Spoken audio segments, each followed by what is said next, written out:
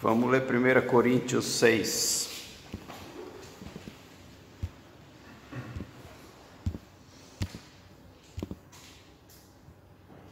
A partir do primeiro. Se algum de vocês tem queixa contra outro irmão, como ousa apresentar a queixa para ser julgado pelos ímpios, em vez de levá-la aos santos? Vocês não sabem que os santos hão de julgar o mundo? Se vocês hão de julgar o mundo, acaso não são capazes de julgar as causas de menor importância? Vocês não sabem que haveremos de julgar os anjos? Quanto mais as coisas desta vida. Portanto, se vocês têm questões relativas às coisas desta vida, designem para juízes os que são da igreja, mesmo que sejam os menos importantes. Digo isso para envergonhá-los. Acaso não há entre vocês alguém suficientemente sábio para julgar uma causa entre irmãos? Mas ao invés disso, um irmão vai ao tribunal contra outro irmão, e isso diante de descrentes. O fato de haver litígios entre vocês já significa uma completa derrota. Por que não preferem sofrer a injustiça? Por que não preferem sofrer o prejuízo? Em vez disso, vocês mesmos causam injustiças e prejuízos, e isso contra irmãos. Vocês não sabem que os perversos não herdarão o reino de Deus? Não se deixem enganar, nem imorais, nem idólatras, nem adúlteros, nem homossexuais passivos ou ativos, nem ladrões, nem avarentos, nem alcoólatras, nem caluniadores, nem trapaceiros herdarão o reino de Deus. Assim foram alguns de vocês, mas vocês foram lavados, foram santificados, foram justificados no nome do Senhor Jesus Cristo e do Espírito de nosso Deus. Tudo me é permitido, mas nem tudo convém. Tudo me é permitido, mas eu não deixarei que nada domine. O texto principal é o versículo 7. O fato de haver litígios entre vocês já significa uma completa derrota. Por que não preferem sofrer a injustiça? Por que não preferem sofrer o prejuízo? Semana passada nós conversamos um pouco sobre o amor, que faz parte da nossa proteção, de Romanos 8, lembra? Nada nos separará do amor de Deus em Cristo Jesus.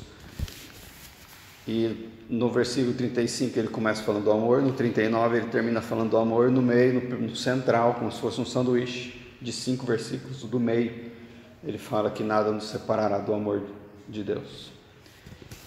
E hoje nós vamos meditar um pouco sobre esse amor de forma bem prática e bem rápida. Tem algumas listas de pecados na Bíblia, no Novo Testamento, 3 listas especificamente maiores, um pouco mais. E eu trouxe essa como a primeira no nosso texto, no versículo 9. Os perversos não herdarão o reino de Deus, nem os imorais, nem idólatras, nem adúlteros, nem homossexuais passivos ou ativos, nem ladrões, nem avarentos, nem alcoólatras, nem caluniadores, nem trapaceiros. Que o Senhor possa ir falando conosco nessa noite conforme a gente vai lendo, porque são muitas proibições que nós vamos ler, são muitos mandamentos, muitos comandos, são muitas coisas que nós vamos perceber de que nós não podemos, outras que nós devemos, muitas coisas que nós não somos, outras que nós não podemos ser, e outras que nós devemos ser e fazer. Então, que o Senhor possa falar com você conforme você vai deixando entrar. Essas palavras todas vão ser muitas palavras, então prestem bastante atenção. Primeiro nessa lista de pecados, vamos ler devagar. Os perversos. Quem são os perversos, segundo o texto? Os imorais, os idólatras, os adúlteros, homossexuais, ladrões, avarentos, alcoólatras, caluniadores e trapaceiros. Lembrando que isso aqui não é uma crítica a um pecado externo, é uma acusação de um pecado interno, é a motivação. O alcoólatra não é o que se embebeda, é o que ama a bebida acima de Deus. O ladrão não é o que rouba coisas materiais, É o que rouba sonhos, oportunidades, coisas materiais também. É o que rouba tempo, é o que rouba alegria, o que rouba justiça. Avarento é o que segura para si. Não é o que não doa, é o que ama o dinheiro. Dá para ir falando um por um. O que são os imorais? Os que não seguem a lei de Deus, a lei moral. Quem são os idólatras? Todos os que têm qualquer coisa acima de Deus no seu coração. Quem são os caluniadores? Os que usam a língua para denegrir imagens.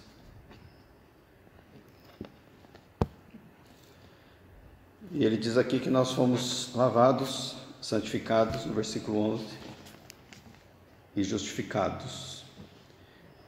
E que alguns de nós éramos assim. Se você realmente saiu desses pecados, você foi lavado, santificado, justificado.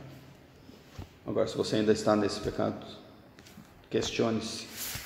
A segunda lista, com 12 pecados, está em Colossenses 3, 5. Nós vamos ler as 3 listas. Assim façam morrer tudo o que pertence à natureza terrena de vocês: imoralidade sexual, impureza, paixão, desejos maus e a ganância, que é a idolatria. É por causa dessas coisas que vem a ira de Deus sobre os que vivem na desobediência, as quais vocês praticaram no passado quando costumavam viver nelas. Mas agora abandonem todas essas coisas: ira, indignação, maldade, maledicência e linguagem indecente no falar. Não mintam uns aos outros, visto que vocês já se despiram do velho homem com suas práticas e se revestiram do novo, o qual está sendo renovado em conhecimento à imagem do seu Criador. A primeira lista tem 10 características de alguém que vai para o inferno. Essa aqui tem mais 12 listas. E a nossa última, em Gálatas 5, 19, são 15 itens condenatórios. Ora, as obras da carne são manifestas: imoralidade sexual, impureza e libertinagem, idolatria e feitiçaria, ódio, discórdia, ciúmes, ira, egoísmo, dissensões, facções e inveja, embriaguez, orgias e coisas semelhantes. Eu os advirto, como antes já os adverti, que os que praticam essas coisas não herdarão o reino de Deus. São mais de 40, quase 40 pecados, mais de 30 pecados. Estilo de vida de pessoas que não herdarão o reino dos céus, independente se creem em Jesus, se estão na igreja, se oram todos os dias, se dão o dízimo, ofertas aos pobres, são filantropos, se são educados, não interessa. Pode ter feito a confissão de fé, pode ter sido batizado, pode falar em língua, pode profetizar, pode expulsar demônio, não interessa. Não interessa. Essas listas nós somos lembrados da letra da lei, de como nós éramos. Então, se algo daqui você se identificou, abandona já. E receba a santificação, a justificação e a limpeza. Porque ele diz que nós já fomos lavados, santificados e justificados. Mas quem ainda é dominado por isso, mostra falta de sabedoria, ou, como a Bíblia chama, tolice. Diz no versículo nosso original de 1 Coríntios 6, no versículo 5, sobre as pessoas litigiosas, as que não conseguem se dar bem com o próximo, com o irmão próximo. E ele diz no 5 que diz isso para envergonhar-nos. A pessoa que é tola, ela se envergonha, ela passa vergonha, ela vive em conflitos. O litígio, segundo o Supremo Tribunal Federal, significa disputa judicial que se constitui após a contestação pelo réu do pedido apresentado pelo autor. É como se você tivesse algo contra mim, você é o autor da ação e eu sou o réu, e você me acusasse de algo. Eu poderia aceitar ou não a acusação. Aí eu não aceito a acusação. E aí eu entro em disputa com você. Essa disputa é o litígio.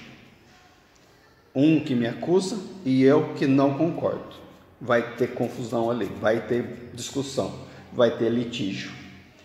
Eu falo para nós não entrarmos em litígio uns com os outros, como se você, por exemplo, mostrasse um erro meu e eu mostrasse um erro seu, ou você mostrasse um erro meu e eu não aceitasse e eu duvidasse do que você está falando. Isso é litígio,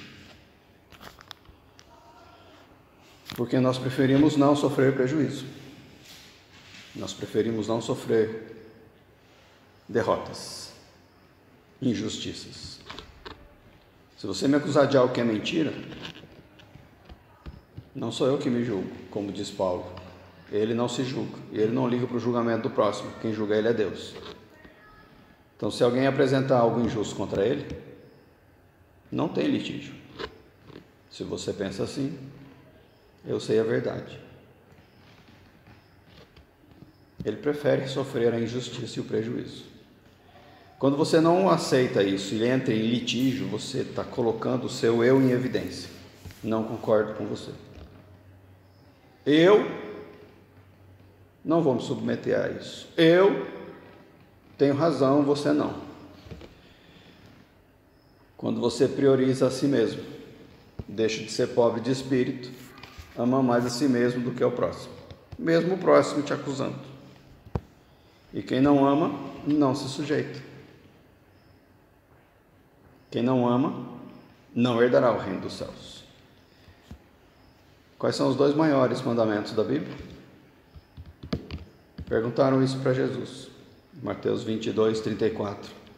Ao ouvirem dizer que Jesus havia deixado os saduceus sem resposta, os fariseus se reuniram. Um deles, perito na lei, o pôs à prova e com essa pergunta: Mestre, qual é o maior mandamento da lei? Jesus respondeu: ame o Senhor, o seu Deus, de todo o seu coração, de toda a sua alma e de todo o seu entendimento. Este é o primeiro e maior mandamento. E o segundo é semelhante a ele: ame o seu próximo como a si mesmo. Depois destes dois mandamentos dependem toda a lei e os profetas. Se você fizer essas 2 coisas, amar a Deus em primeiro lugar, com tudo, e amar o próximo como ama você mesmo, você cumpriu toda a lei e todos os profetas, sem ler um ponto da lei. E o amor é prático, não é sentimento, lembra? É ação. Ele é recebido com sentimento por quem é o alvo do amor, mas ele é um movimento de ação de quem ama.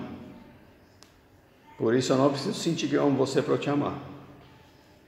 Porque quando você perceber que eu estou te amando na prática, você vai sentir-se amado, apesar de eu não sentir nada. Esse é o problema com muitos casais que não conhecem as linguagens de amor e tentam suprir-se.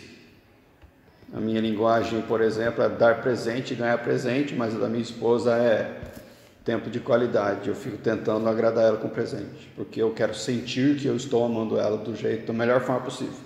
E aí eu sinto na minha linguagem. E aí eu dou para ela algo que ela não sente, porque ela quer ter tempo de qualidade. Aí ela acha que eu não amo ela, mas eu sei que eu amo porque eu estou dando meu presente para ela. Isso inverte. Se eu amo ela como eu me amo, eu vou amá-la para que ela sinta como eu gostaria de sentir. E aí eu amo ela na linguagem dela e ela me ama na linguagem minha, apesar de eu não sentir nada quando eu pratico. Então, para eu amar, eu não preciso sentir, eu tenho que amar na prática. É uma ação em favor do próximo. E olha o que diz 1 João 3,14. Sabemos que já passamos da morte para a vida porque amamos nossos irmãos. Quem não ama permanece na morte. Quem odeia seu irmão é assassino. E vocês sabem que nenhum assassino tem vida eterna em si mesmo. Nisto conhecemos o que é o amor. Jesus Cristo deu a sua vida por nós. E devemos dar a nossa vida por nossos irmãos. Já passou para outro nível a conversa. É dar a vida, não é dar o que a pessoa gosta. Se alguém tiver recursos materiais e vendo seu irmão em necessidade não se compadecer dele, como pode permanecer nele o amor de Deus? Filhinhos, não amemos de palavra nem de boca, mas em ação e em verdade. Deus exige cumprimento das ações de amor, só isso. E aí nós temos uma ênfase que Deus dá muito, muito grande, que é a ênfase bíblica geral, que você tem que ter esse filtro para ler toda a Bíblia. O foco está no próximo. Sempre. Jesus sempre enfatiza o próximo. Ele enfatiza tanto o próximo como alvo do amor que ele excluiu tudo que nós sabemos e tudo que nós podemos fazer. Se você não focar no próximo, tudo que você sabe é lixo. Se você não focar no próximo, não tiver compaixão, tudo que você fizer não presta para nada. E ele não fala só isso. Tem um padrão para seguir, porque a gente, na nossa mente humana, segue o padrão nosso humano.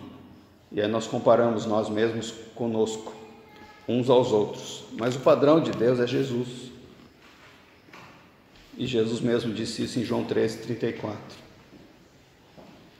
Um novo mandamento lhes dou: amem-se uns aos outros. Como? Como eu os amei. Vocês devem amar uns aos outros. Que padrão é esse? O padrão de amor que Jesus mostrou. Com isso todos saberão que vocês são meus discípulos se vocês amarem uns aos outros. Como? Como ele nos amou. Os discípulos de Jesus, segundo ele disse,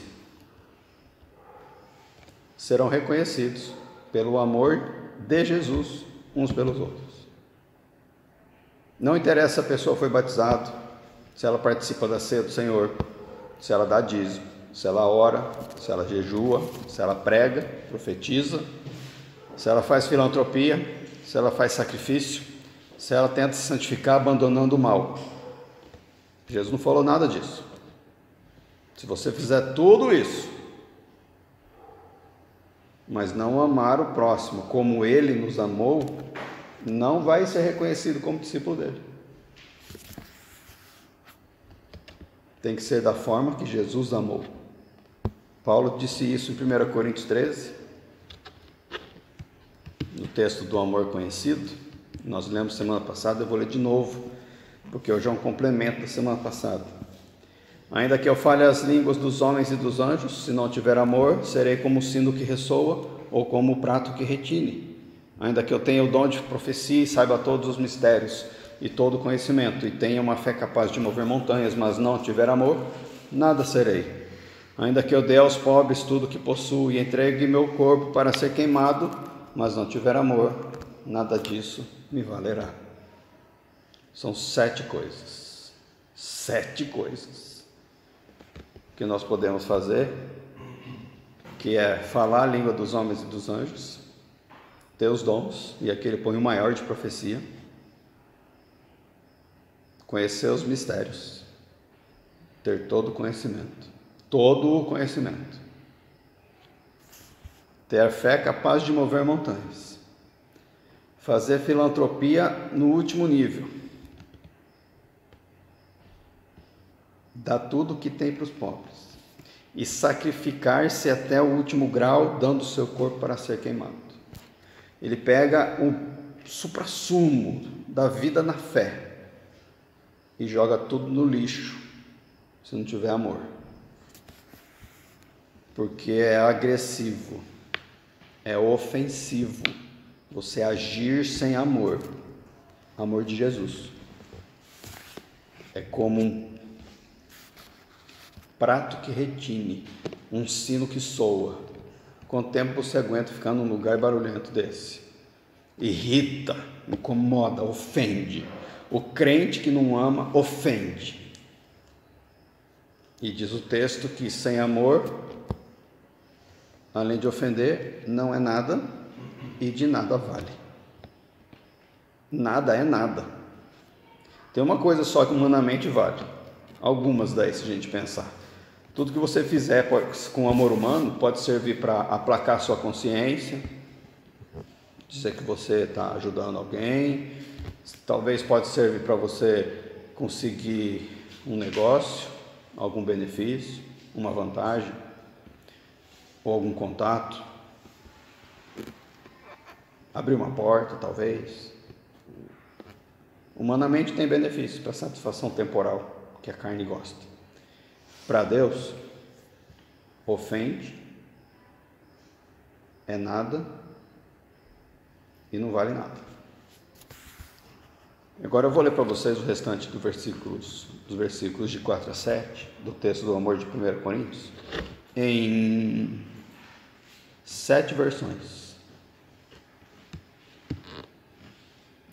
Na NVI, na Bíblia Católica, na Almeida Revista Corrigida, na Almeida Revista Atualizada, na linguagem de hoje, na Bíblia Viva e na Bíblia Mensagem. Então você não vai conseguir acompanhar, então só ouça, preste atenção nas versões. 1 Coríntios 13, 4 é o primeiro versículo depois desse que ele fala do amor, que se não tiver amor, nada vale nada. O versículo 4 diz assim, vai perceber nas palavras, deixa o Espírito falar. O amor é paciente, o amor é bondoso, não inveja, não se vangloria, não se orgulha. Na católica, a caridade ou amor é paciente, a caridade é benigna, não é invejosa, a caridade não é orgulhosa, não se ensoberbece. Na corrigida, a caridade é sofredora, é benigna, a caridade não é invejosa, a caridade não trata com leviandade, não se ensoberbece. Na atualizada, o amor é paciente, é benigno, o amor não arde com ciúmes, não se ufana, não se ensoberbece. Na linguagem de hoje, quem ama é paciente e bondoso, quem ama não é ciumento, nem orgulhoso, nem vaidoso.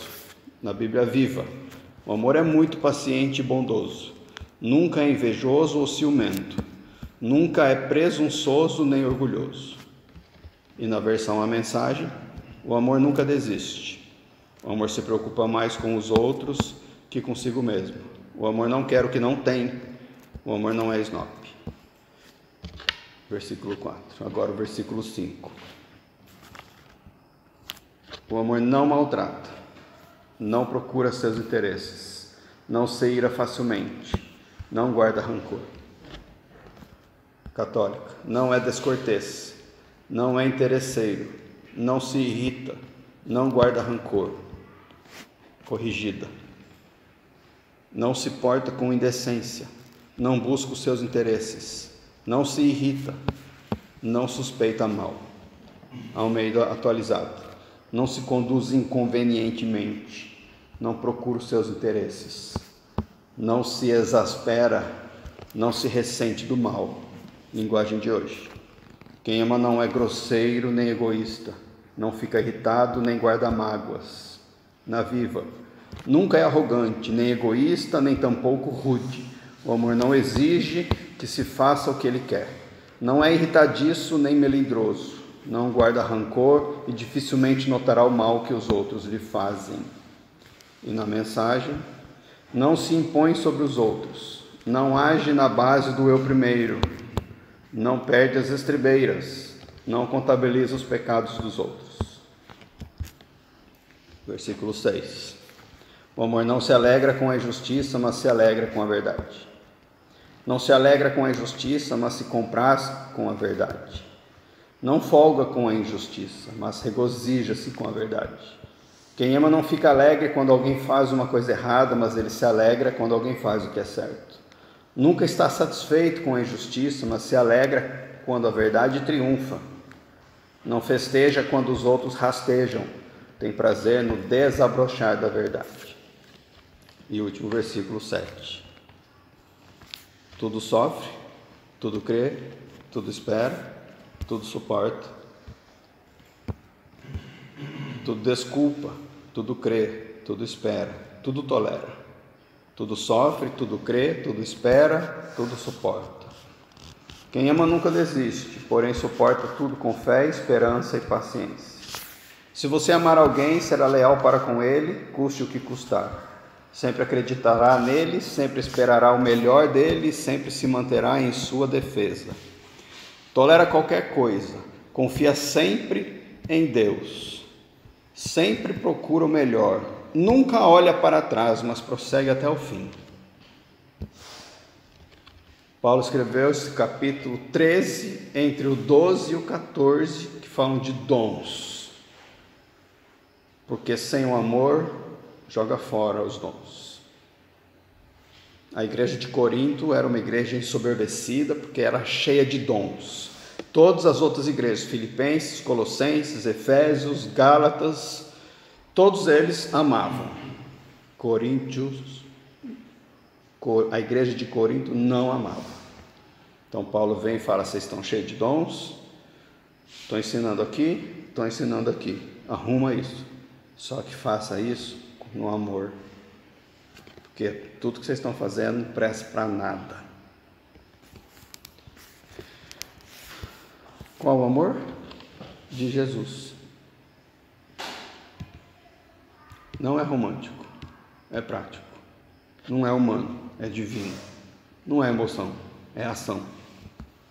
É atitude. Como é que sabemos? Alguns textos. Deus amou o mundo de tal maneira, fazendo o quê? Enviando o seu Filho. Me fala um texto na Bíblia em que Jesus chamou qualquer pessoa e falou: eu amo você.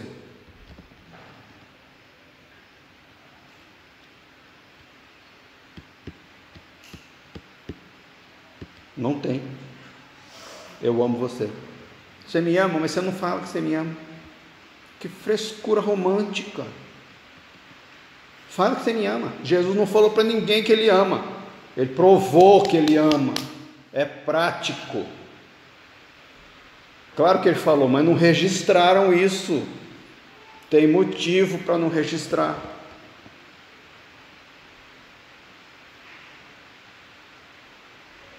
Ele amou com o amor prático de Deus, que sendo Deus não usurpou, que o ser igual a Deus era motivo para se apegar, mas antes nasceu, tomou forma de servo, como um bebê humano, e como humano foi obediente até a morte de cruz. Amou, não ficou falando, ele se moveu. C.S. Lewis fala dos outros 3 amores. Tem 4. O amor ágape e os 3 humanos: afeto, eros e amizade. A Bíblia fala dos 4. Quando você vai no velório e percebe que a pessoa está desesperada porque ela perdeu o amor da vida dela,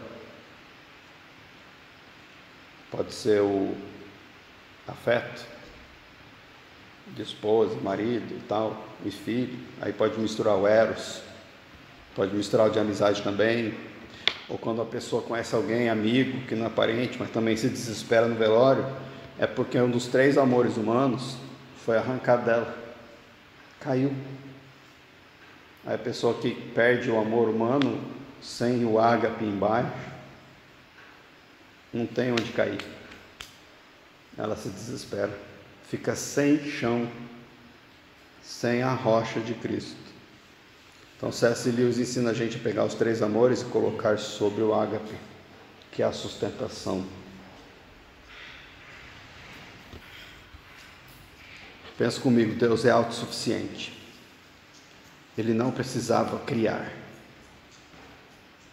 ele criou sabendo da nossa queda. Mesmo assim, ele criou e planejou a cruz, doando. É uma abundância querendo doar-se o tempo todo.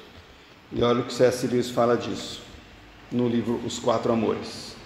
Deus, que não precisa de nada, faz existir por amor criaturas inteiramente supérfluas para poder amá-las e aperfeiçoá-las.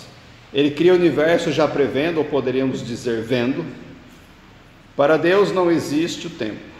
As moscas zumbindo em torno da cruz, as costas esfoladas sendo pressionadas contra o mastro, os cravos atravessando os nervos principais, a contínua sufocação incipiente à medida que o corpo vai desfalecendo, a contínua tortura das costas e dos braços quando é içado para poder respirar. Se me permitem uma metáfora biológica, Deus é um hospedeiro que cria deliberadamente seus próprios parasitas, que nos faz existir para que possamos explorá-lo e tirar vantagem dele. Nisso está o amor. É a imagem do amor absoluto, do inventor de todos os amores. Deus ama, criou para amar, doou-se, continua se doando o tempo todo, abundantemente, e pede uma coisa em troca: me amem assim, com o amor que eu te amo. E vem Jesus em Lucas 14, 26 e fala que se alguém vem a mim e ama seu pai, sua mãe, sua mulher, seus filhos, seus irmãos e irmãs e até sua própria vida mais do que a mim, não pode ser meu discípulo. E aquele que não carrega a sua cruz e não me segue, não pode ser meu discípulo. Porque ele fala que se você ama qualquer coisa acima de mim, você me odeia. E o ódio não é a raiva humana, é dar as costas. Tenho que ir para Deus para pedir a cura. Não vou. Eu vou para o médico. Deus está lá, eu vou para cá. Nesse momento, eu escolho ou ali ou ali. É errado ir ali? Sem ir ali é. Porque eu estou virando as costas para aquele lá. Ele fala isso muito forte quando ele fala do dinheiro em Mateus 6, 24. Nós não podemos servir a dois senhores, porque odiará um, vamos ler?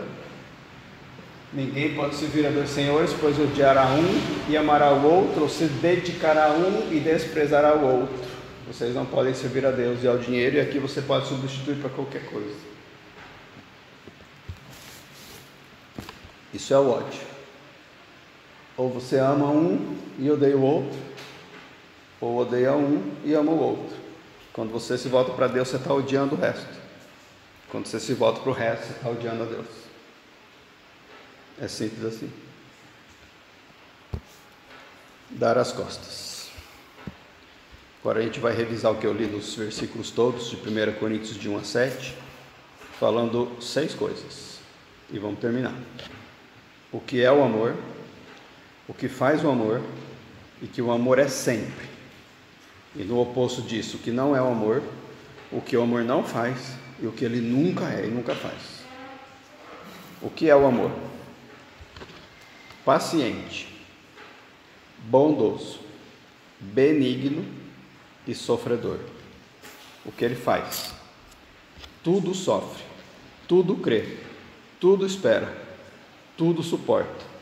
Tudo desculpa, tudo tolera, é leal custe o que custar, acredita no próximo, prossegue ou persevera até o fim, se preocupa mais com os outros do que consigo mesmo, se alegra com a verdade, se alegra quando alguém faz o que é certo, se alegra quando a verdade triunfa, tem prazer no desabrochar da verdade.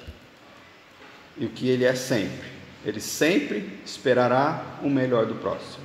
Sempre se manterá em defesa do próximo, sempre confia em Deus e sempre procura o melhor.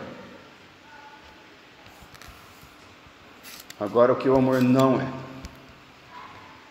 Não é invejoso, não se vangloria, não se orgulha, não se ensoberbece, não é esnobe, nem arrogante, não é vaidoso, nem presunçoso, nem egoísta. O que ele não faz? Não trata com leviandade ou irresponsabilidade ou imprudência ou insensatez. Não arde em ciúmes, não se ufana, cheio de vento, se gabando, se orgulhando. Não quer o que não tem, não maltrata, não procura os seus interesses. Ou não exige que se faça o que ele quer, ou age na base do eu primeiro, ou não se impõe sobre os outros.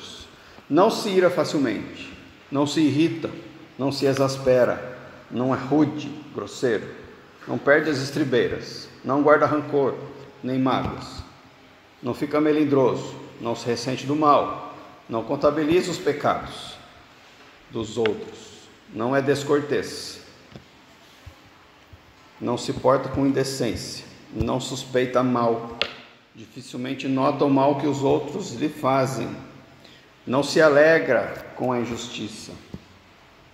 Não festeja quando os outros rastejam. E o que ele nunca o faz?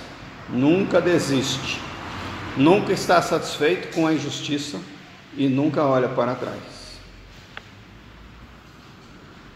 No nosso texto base, não entra em litígio. Não arruma confusão. Ele topa sofrer o prejuízo, a injustiça. Você quer? Toma. Teve um caso na nossa história recente na empresa que tinha 2 ou 6 funcionárias que entraram na justiça. Teve um detalhe que a gente ficou sabendo essa semana, que deu vergonha alheia. Elas são crentes, se dizem crentes. Uma é pastor. Uma chamou a outra para depor contra nós com mentiras no processo. É exatamente o que o nosso texto fala. Queriam dinheiro. Nós servimos a Deus e não ao dinheiro. Nossa vida é consagrada a Deus e a empresa também. As pessoas queriam dinheiro. O dinheiro não é nosso. Eu vou segurar o que não é meu? Não. É o Deus dela e ela quer? Pode levar. Faça bom proveito. Acumule ira para si mesmo. Eu não vou acumular para mim. Então toma.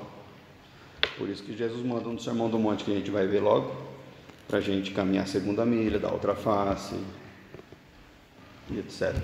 Não resistir ao perverso. A gente soube recentemente que antes da audiência, as 2 oraram, porque elas não queriam ter que abrir a boca na frente do juiz e mentir, porque tinha mentira no processo. Elas oraram para a gente aceitar um acordo antes da audiência. Para não perder tempo e a gente não olhar para a cara delas, a gente fez o acordo, parcelou e pagou. E aí a gente ficou sabendo esses dias disso, que elas oraram. Sabe para quem que elas oraram?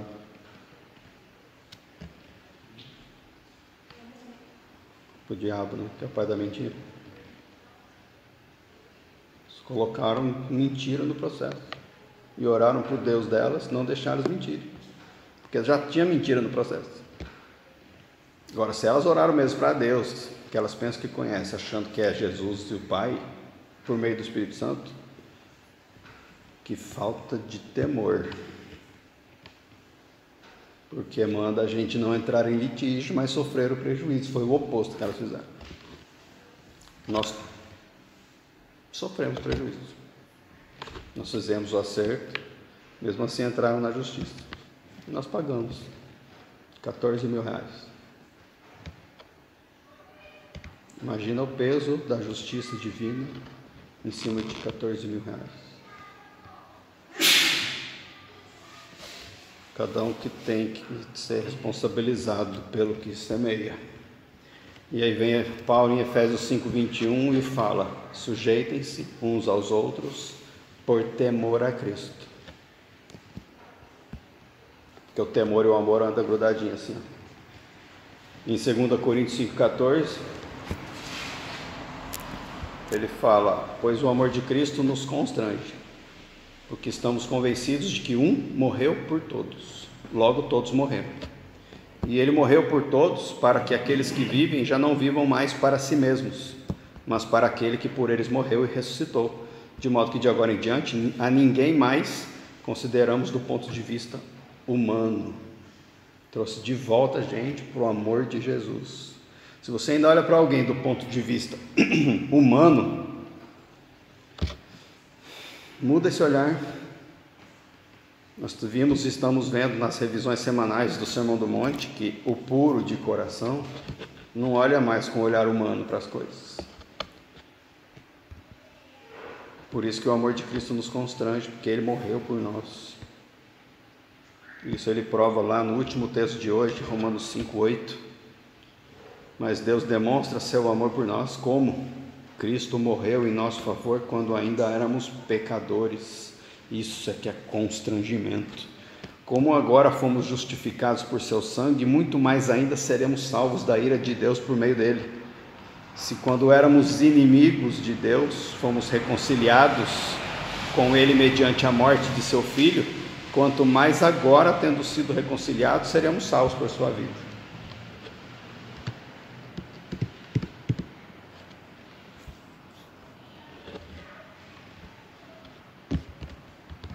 Nós conseguimos cumprir tudo isso? Não conseguimos. Não começa a tentar.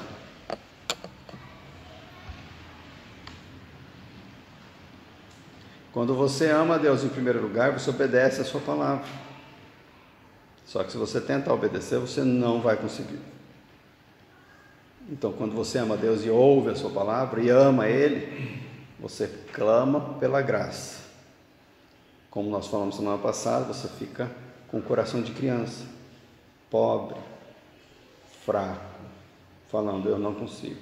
São muitos verbos, são muitos nãos e muitos sims, são muitos nunca e muitos sempre, muitos faz e muitos não faz, muitos é e muitos não é. Não dá. Senhor, faz. Sou uma criança que não sabe. Não vou nem começar a tentar.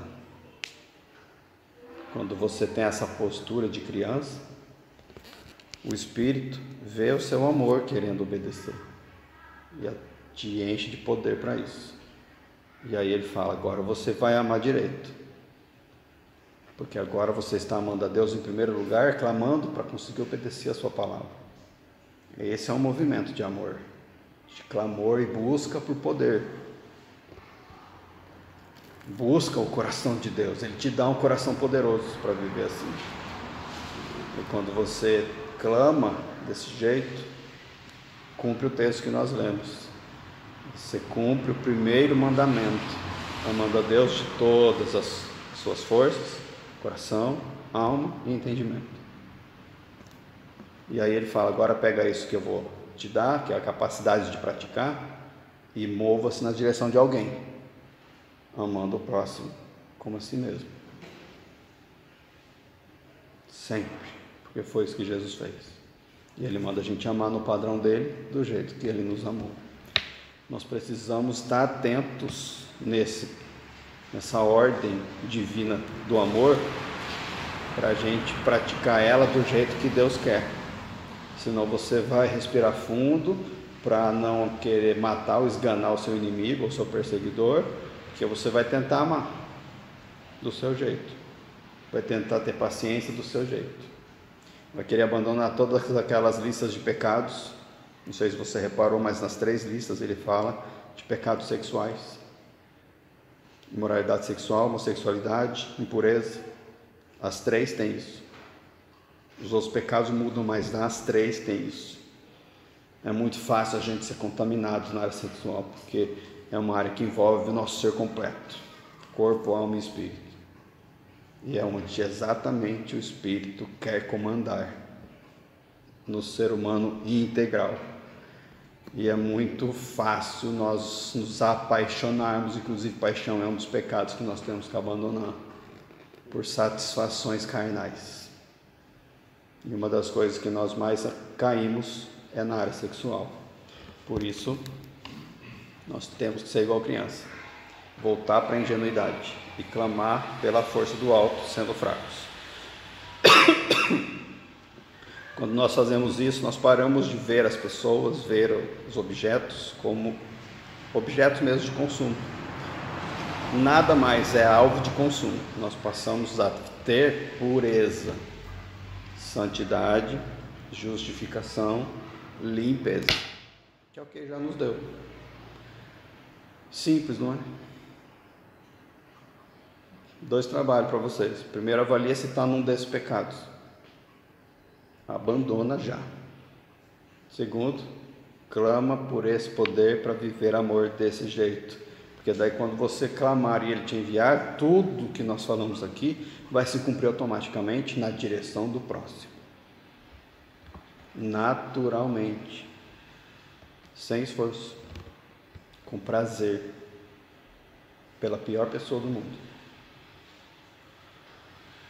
Você não consegue. E Ele exigiu isso. Então, pega a provisão de poder para isso. Vamos orar para isso? Pai, em nome de Jesus,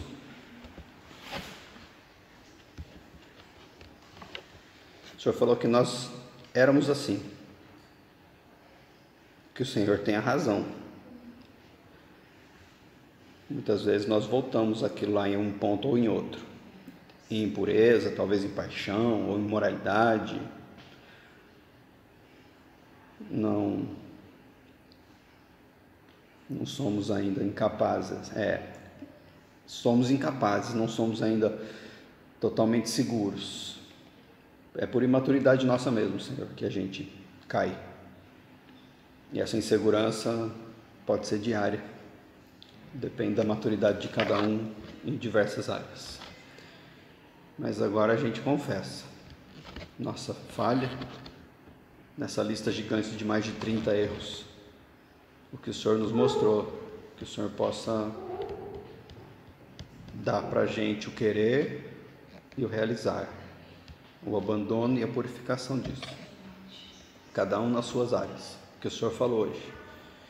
E nesse movimento de amor, que a gente não comece, Senhor, com um movimento humano. Chega disso, chega. Clamamos pelo poder do Espírito, na nossa nova identidade, para viver o amor de Cristo como Ele viveu. Tanto que em João 17 ele fala para a gente ser um entre nós. Só é possível ser um no amor. Que a gente possa de verdade ser um entre nós, como os três da Trindade são um entre si. E quer ser conosco. Ensina a gente a viver isso, Pai, e aí nós vamos parar de arrumar confusão uns com os outros, litigiosamente. Acabará toda a confusão da igreja, a gente vai poder iluminar o mundo, salgar a terra.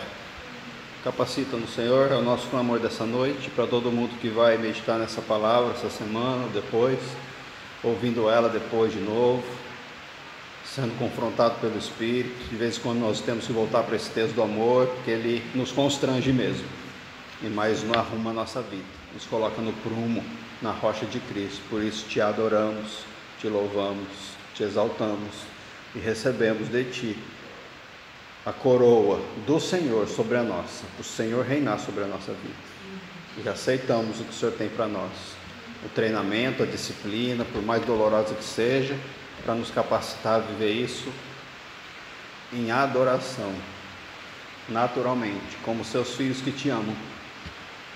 Obrigado, Senhor, porque se o Senhor deu essa palavra, porque o Senhor vai cumprir ela em nós. Faz isso hoje, em nome de Jesus. Amém?